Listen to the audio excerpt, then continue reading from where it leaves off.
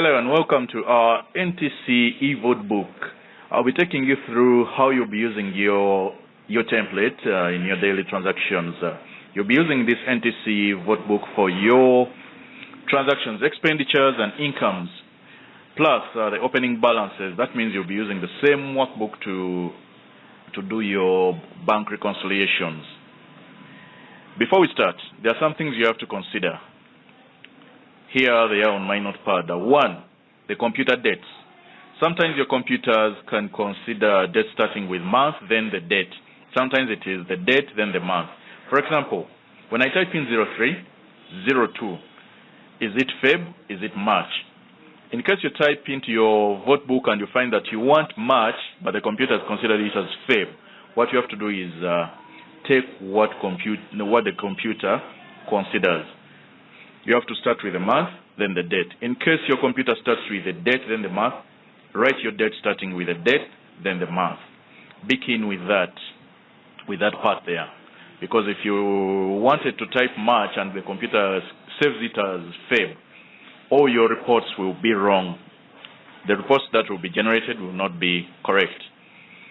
Another item to consider is what's the duration you'll be using your vote book.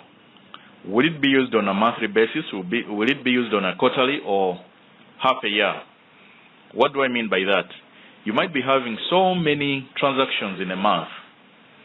If there are so many, like 8,000 records in a month, just 1 month, 8,000. Remember, sometimes a student could pay in installments up to 4 times. That's one student. And if you have like 5,000 students, your records will be way, way too high. So in case you have so many records in 1 month, then you have to consider using one vote book for 1 month.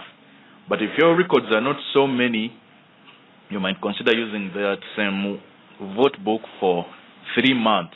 After 3 months, you have to close it off and you start a new blank vote book.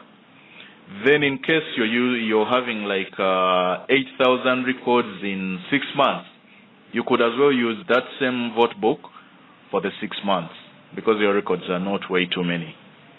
So consider that before you start using our vote book template.